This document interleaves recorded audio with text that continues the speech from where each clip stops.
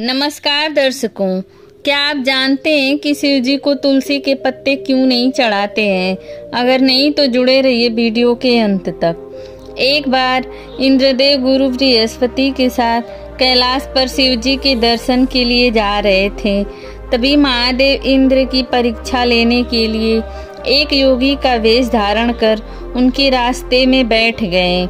इंद्रदेव ने 2 बार पूछे, आप कौन हो? कोई जवाब ना मिलने पर इंद्रदेव अपने वज्र से प्रहार करने गए। तभी शिव जी को क्रोध आ गया। क्रोध से उनके आंखें लाल हो गई। तभी बृहस्पति देव समझ गए। वह शिव जी से विनती किए कि इंद्रदेव को माफ कर दिया जाए।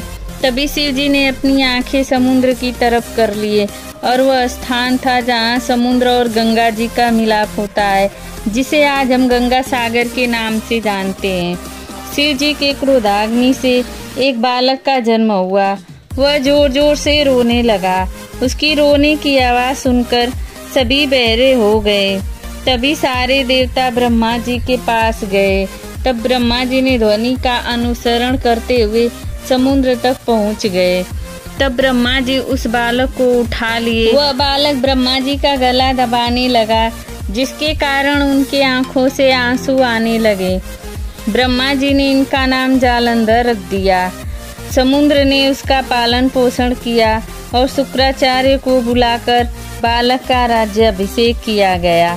जालंधर का विवाह कालनेमी नामक असुर की पुत्री वृंदा के साथ हुआ, जो भगवान विष्णु की भक्त थी। जालंधर राक्षसों का शासक बन गया।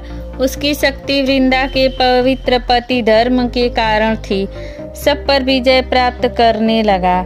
जालंधर पत्नी के पूजा पाठ की भी अवहेलना करने लगा और सभी स्त्रियों को सताने लगा। वह देवताओं पर आक्रमण करने लगा। वह वैकुंठ पर आक्रमण किया और लक्ष्मी जी को प्राप्त करने का प्रयास किया, परंतु लक्ष्मी जी बोली, हम दोनों की उत्पत्ति समुद्र से हुई है, इस नाते से हम भाई बहन हुए। तब वह वहां से चला गया। इसके बाद वह कैलाश पर्वत पर गया और वहां भी आक्रमण किया। तब माता पार्वती को अपने अधीन करना चाहा।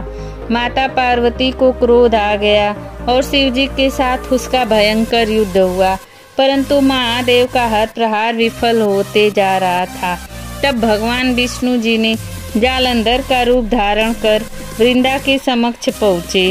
वृंदा को लगा कि जालंधर आया है और वह उनके साथ पत्नी जैसे व्यवहार करने लगी। तभी उनका पतिव्रत धर्म टूट गया और जालंधर शिव जी के हाथों मारा गया। जब वृंदा को पता चला कि विष्णु जी ने उसके साथ छल किया है, तो वह विष्णु जी को पत्थर बन जाने का श्राप दे दी। बाद में सारे देवी देवताओं के आग्रह करने पर उसने अपना श्राप वापस ले ली और आत्मदाह कर ली। उनके राख से तुलसी के पौधे की उत्पत्ति हुई।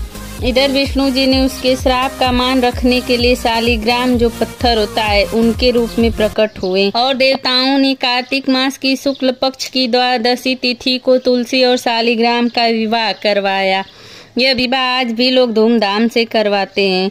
तुलसी जी को लक्ष्मी का रूप और शालिग्राम को विष्णु जी का रूप माना जाता है, तो तुलसी विष्णु जी की पत्नी हुई। इसी नाते शिव जी को तुलसी नहीं चढ़ाई जाती।